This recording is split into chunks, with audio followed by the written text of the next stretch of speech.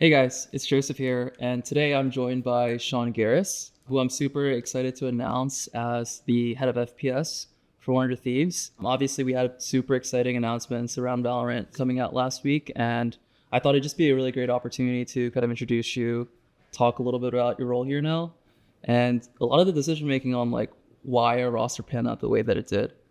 Yeah, I'm super excited to be back, and thank you for having me in here. And yeah, I'm super excited to talk about it, like why the decisions panned out the way they did. Everything has a very specific reason, and yeah, I'm stoked the community is excited about it. Yeah, so I think just to preface this a little bit, um, obviously like my background was in League of Legends, and I've been working with a lot of the more of the titles around esports, and candidly like I don't have a lot of expertise in technical FPS. A lot of my information was around statistics, analytics, and a lot of the biz op stuff, but I truly believe that in order to be a successful program, you need to surround yourself with people that actually care more about these things than you do, and just people that are way more knowledgeable. So after so many, up and down years of Valorant, I think we finally made an executive call of, hey, let's like acknowledge that like we as management aren't delivering for the fans as much as we would like to, and let's figure out like who this actual tactical FPS expert is. And it's like pretty clear to the fans. Like I remember reading the Reddit threads like bring back Sean, bring back Sean. So that's been in the works. I think we've been talking for about like 3 months now. Yeah, ever since surprised you with the office visit. I'm super excited for you to be here. I think the fans probably remember your stint here as like a head coach back in 2022. Yeah, I think you should just talk a little bit about your role, like the main differences, and I guess what it's like going from like a head coach role to now a more elevated like leadership role. Yeah, so I'll be leading the FPS division here for 100 Thieves. So that means building out the Valorant team and the CS team for the time being. I'm really excited about it, obviously. I coached in Valorant, I was a player in CS. And yeah, I just have very specific visions for how teams should be run, the culture around them. It's very unfortunate because I really enjoyed my time with 100 Thieves previously, but I was also in a very difficult part of my life at the time. My girls were 1 and 3. VCT had yet to be formed, so I was living in Dallas like half of the year, and it just weighed on me really heavily back then. People told me, my girls would grow older, it would be easier. But at the time, it was just really hard, and I needed to step back and focus on what mattered to me at the time. And, I still co-streamed all the games and remained intricately involved in the esports scene, but I was more anchored to my home. And now that my girls are older, 6 and 4, it's just I have way more freedom now to do the things that I used to love doing, like on the competitive side of my personality. I was a competitive player when I was in high school, college. I dropped out of my master's program to be a pro player. I helped start a player association in CS. I was a content creator and coach, and now I'm a GM. It's just esports runs in my veins, and it makes me who I am.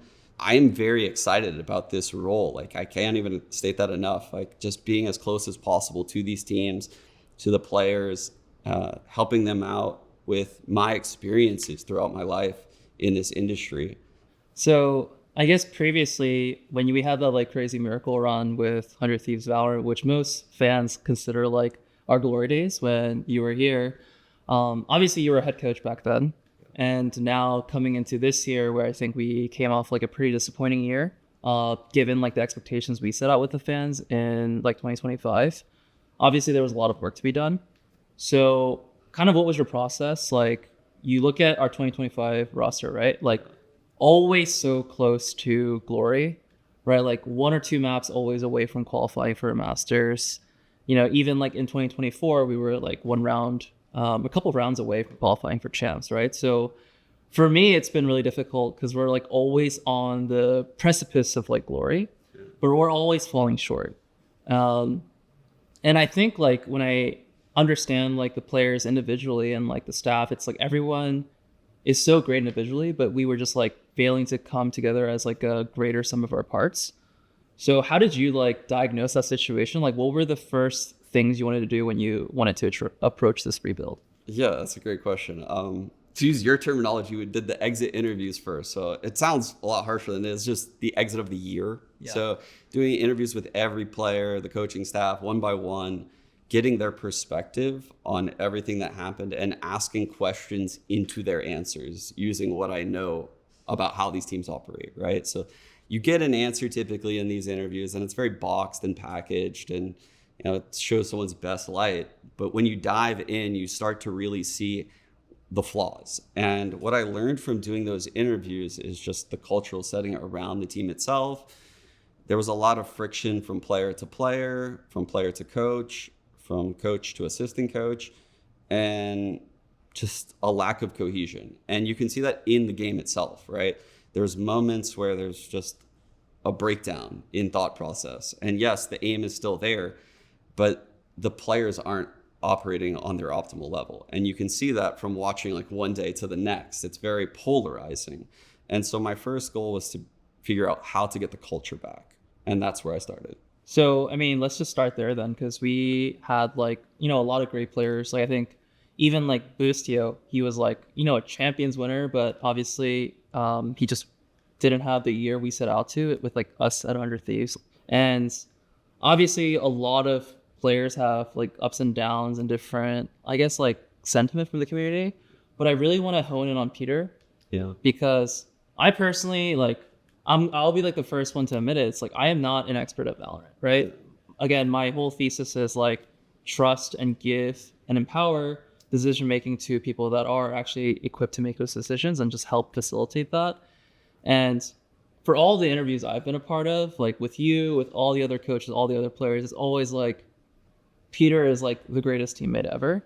Obviously, I know that the community sometimes doesn't feel that way. So obviously he's coming back to a roster. I'm super excited about that.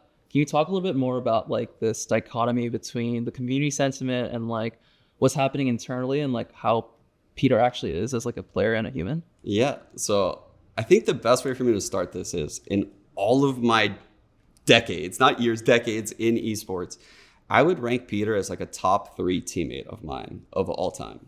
I say that and then I'll follow that up by saying when I came back into this role leading the FPS division and we hired the head coach, I still didn't force Peter onto this team. I just want to let everyone know that Peter earned his spot on this team.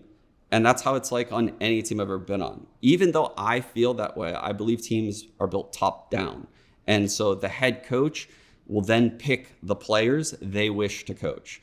And so I told NBS my feelings on Peter, but I didn't force it on him. And I let him know that that would be the case.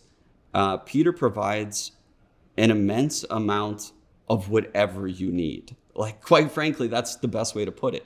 If you need a guy to jump spot for info, which basically puts you in a spot to not frag out, he'll be that guy. If you need a guy to jump around the corner and be bait so the second guy always gets the kill, he'll be that guy.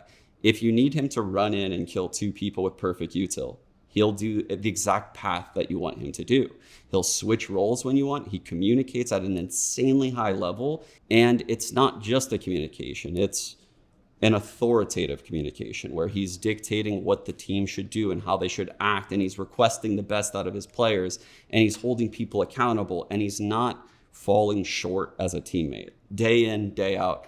I say this as someone that coached him for a full year. And he didn't have those problems. And the one day that I had where Peter had like a temper flare up, I privately messaged him from the coach spot. I was like, what's going on? He immediately told me back his feelings and he was through it. And that was my one time that I had like kind of a flare up with Peter. And that's just an incredible thing to have, given the fact that, we're 5 adults communicating in a competitive environment where tempers do flare. That's what people don't realize at home. And so to have someone like Peter on the inside of your team, that skilled and that fluid personality-wise, it's worth its weight in gold. That's the best I can say. I mean, so it sounds like you obviously have a very high opinion of Peter, but it sounds like you had a lot of like trust and decision-making power, like kind of handed down to MBS, who also spoke to Peter and also thought he was amazing. Yeah. So I guess, like on the topic of MBS, let's talk about, your top-down approach of like, why MBS? Yeah. Is it like a TSM, you saw these players and like get the entire package, or like why did MBS stick out as the head coach that you wanted to work with? I interviewed a lot of these ex-CS pros that I was playing against in the CS scene, like top names in the scene. And I'm thinking I'm going to lean this way. Like they sound great. They're doing everything right.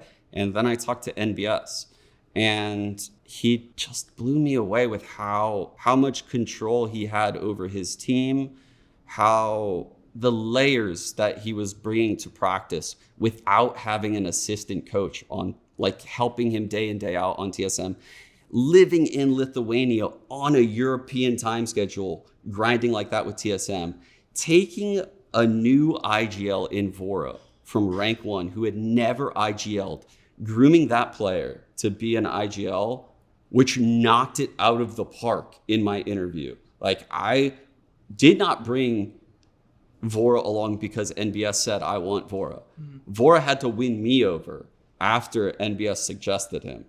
And he did that. And so I'm seeing all of these things this guy is doing. I'm watching TSM perform. He's telling me not only the positives in his players, but the negatives too, and how he's working with those negatives and working around them, or in some places repairing them into positives.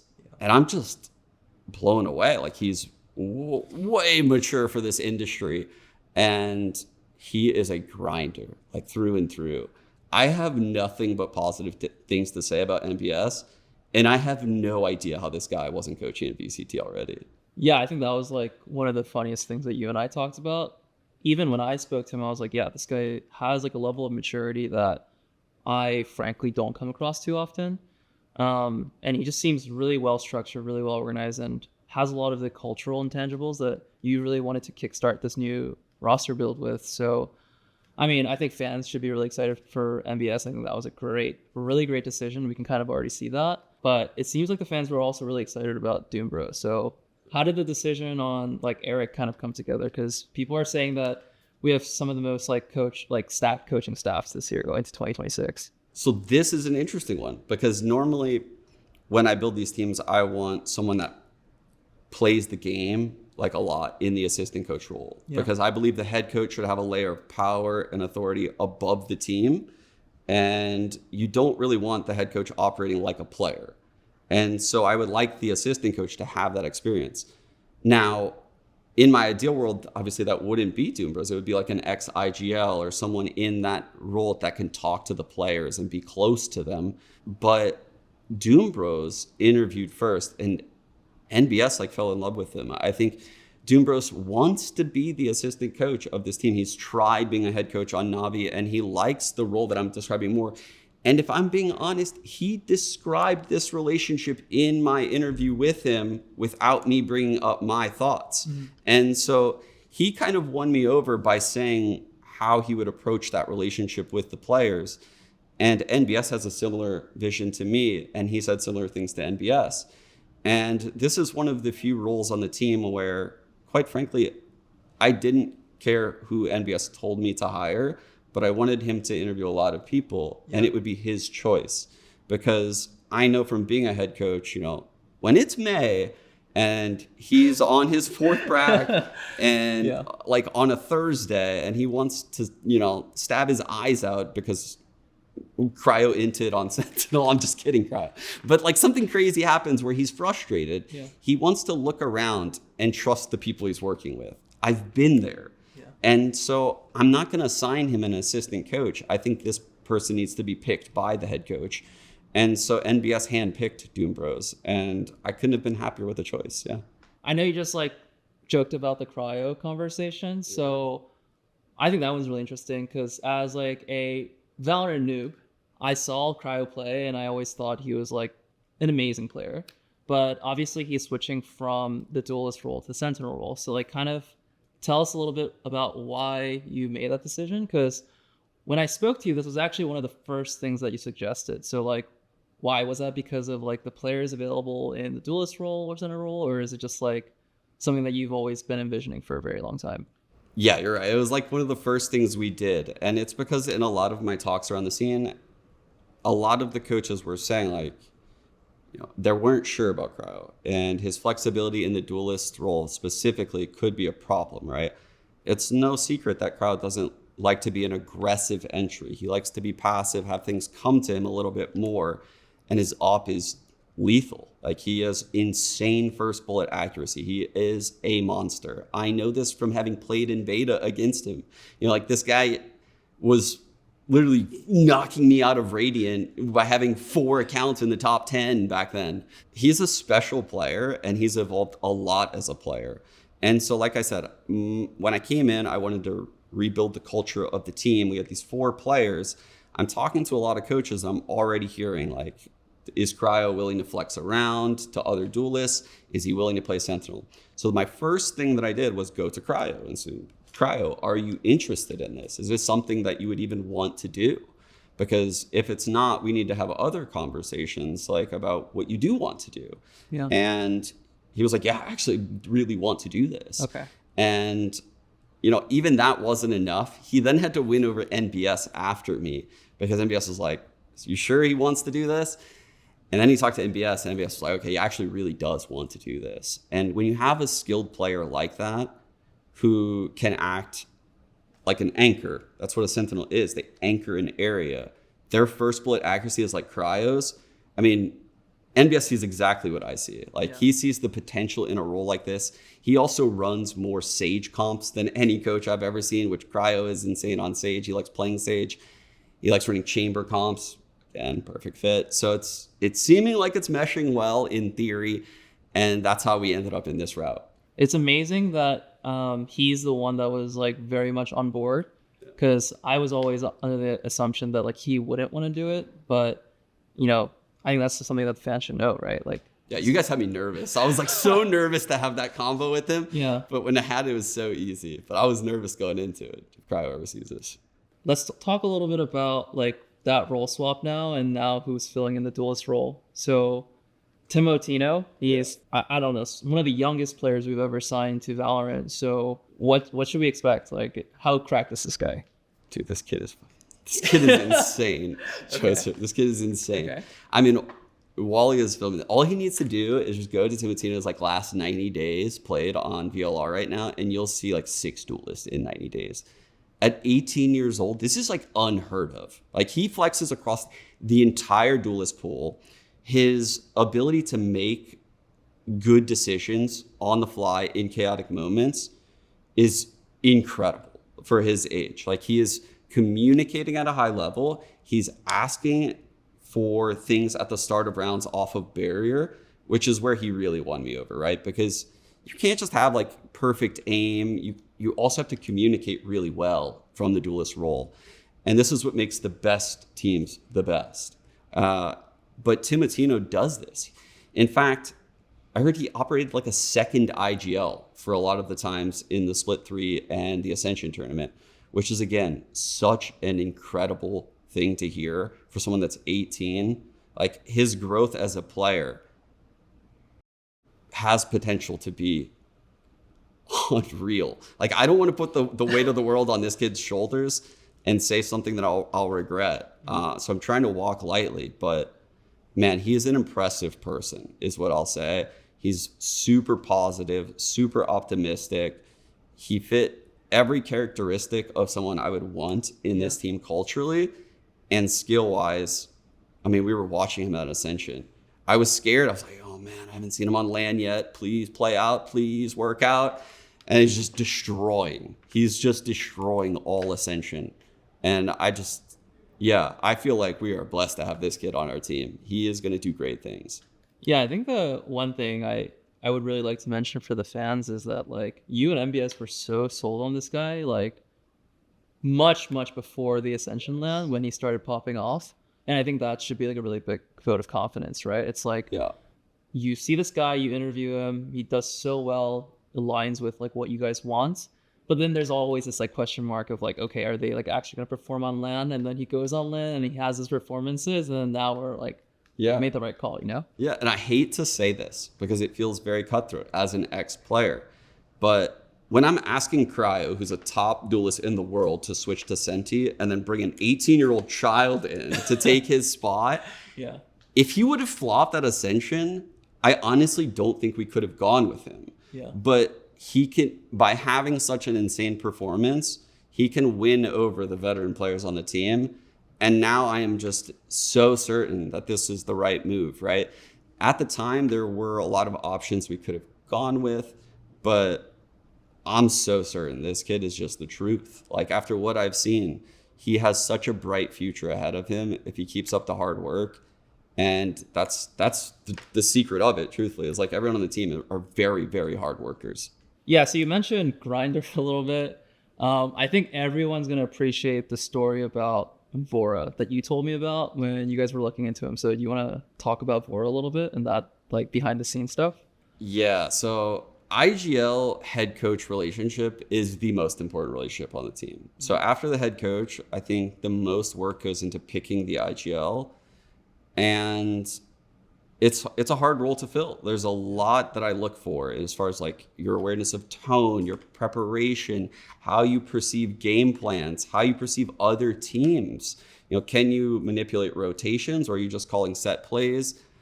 How have you worked with coaches in the past? And so when I'm interviewing all of these IGLs and I get to Vora and he's like 21, I'm like, there's no shot. There's just no shot. There's no way that he's going to be able to win me over. But he did. He is keenly aware of everything. I think that the reason for this is that NBS found Vora as a rank 1 player playing Scan Initiator. And he was not an IGL. He actually had no experience IGLing before NBS on TSM. And NBS took this kid. And from trials, he still wasn't IGLing. And then one day it was like, I think this kid can IGL. Let's try it. And he did it. And then they just built from there. And so by today, everything that NBS has taught this kid is like from a blank slate. It's like me when I learned to IGL, it was like I was writing in pencil, I was erasing, I was like drawing over it. I couldn't hardly read what I wrote before. Like it was a nightmare. Yeah. But when you're learning everything in the proper way, like you're reading from a textbook almost, he's just on such a good path. And to have your IGL, who typically is your least skilled player, be rank 1, 21, and have this much growth ahead of them, I couldn't even believe it. Like, we would be able to retain the head coach and the IGL as a working pair with the Duelist, who provides a lot of mid-rounding and is a star in his own right. It seemed like a no-brainer to me to keep all three. No, it's really cool that you mentioned your experience of writing and then erasing, because one thing that both you and MBS described during this off-season process was it actually takes a lot of energy not to learn new things, but to unlearn old things that you already know.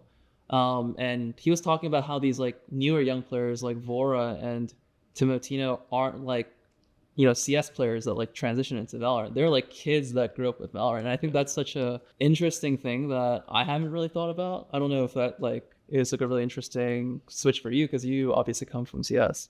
No, yeah, something I realized like a couple of years ago, and my coach was like, yeah, there's kids that really spawn with mouse in hand these days. Like they just are built different, right? Like someone like Timotino, who's 18, who's been holding a mouse since his like formative years, the way they perceive games and the way they learn is just at such an incredible rate. But if they're taught the wrong things, it takes a long time, like you said, to unlearn those things. But they're at a place in life where the correct information is out there. Yeah. And so we're seeing the next generation of players, these prodigal players come up. Yeah. And it's because they have the right ways of learning at the right times. And they're hitting the peaks of their career skill-wise with like maximum experience. Yeah. And that's what we're hoping to get with like the whole team. Literally, like the oldest player on the team right now, I think it might be Peter at like 22. I love these kind of roster builds, by the way, just like super young, hungry, you probably know yourself, but these are the builds that I think succeed also in like not just Valorant, but all these different esports titles. Yes. So I think you guys did a phenomenal job, like so much chemistry. And just to round out the roster, we should just talk a little bit about Bang, because I know the fans love him. Obviously, we love him. Was that a Nepo hire, or was this also like a NBS had to approve? Like, what was that process like really quick? No, I promise it was not a Nepo hire. I think very highly of Shanso, as you might know. And it's because when I first started coaching Bang for 100 Thieves, he didn't know how to play Omen. And so I was an Omen one trick. And I'm teaching Bang how to throw a one way and like how to drop a high dropping smoke to see someone's feet and peek with it. And I'm teaching him all these little tricks, right? And watching how he's then abused these tricks over about like 2 years in ways that I couldn't even imagine, like his growth as a player has been a treat to see, because I know mechanically what I've seen behind closed doors in scrim servers. Holy shit. Like Bang might be one of the most skilled players I've seen. We did open tryouts and Bang won his spot on this team over some serious killers. Because the control rule was so up for grabs, we pulled the teammates themselves, all 4 of them. And, you know, everyone had super positive things to say about Bang, as well as all the other tryouts too. But something that's known with Bang is his skill. It's going to make it where every single team that we play is going to hate playing us because we're going to be so young and so skilled. Like, we're going to play with confidence next year. We're going to play like we own the server and that our players are going to be more skilled than the ones on the other team, because as a collective, that likely will be the case. Now, will we play perfect Valorant out of the gates? That's why we have NBS and Doom Bros, right? Like, hopefully so. Yeah. But I know we're going to have insane skill, right? I hate promising things in esports because I feel like variance is very high. But man, we are positioned in an incredible way right now. Okay, so sorry. No, I'm getting hyped talking about this. Yeah. So obviously, Americas is a pretty stacked region. Like G2 and Sen have been pretty dominant, at least in North America for a very long time. And Energy are like returning from literally winning champs. So it's already a competitive region. But it sounds like you have really, really high expectations for this group. Like, what should we and the fans expect from 100 Thieves Valorant 2026? Are we finally making it to champs? Like, what was promised for the past couple of years? Like, how should fans, like, I guess, adjust their expectations going into next year? I perceive us as being like a serious contender next year, right? Like, I don't like to guarantee things, but I will say, like, I would be very disappointed if we didn't qualify and at least place at like an international LAN. Like, that is like the bare minimum for me. I want to go to all of them. Like, my office is literally like right here, and then the other one is right outside of here, and I'm going to be here. And yeah, I don't think I would be able to sleep at night if our team was a failure. So I will do everything in my power to make this team win. And I don't like promising things that I can't keep, but I can promise you that. Like, I will work my heart out to make sure this team wins. Spoken like a real coach, dude.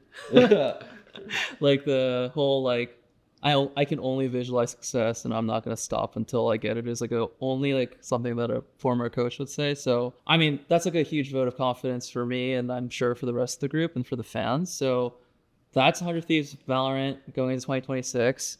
I hope you guys are excited about the roster as much as I am. And again, I'm so excited, Sean, for you to be on board and for you to be like the new face of our new FPS programs. Thank you. I feel good to be here. Stoked to be back, y'all. Thanks, guys.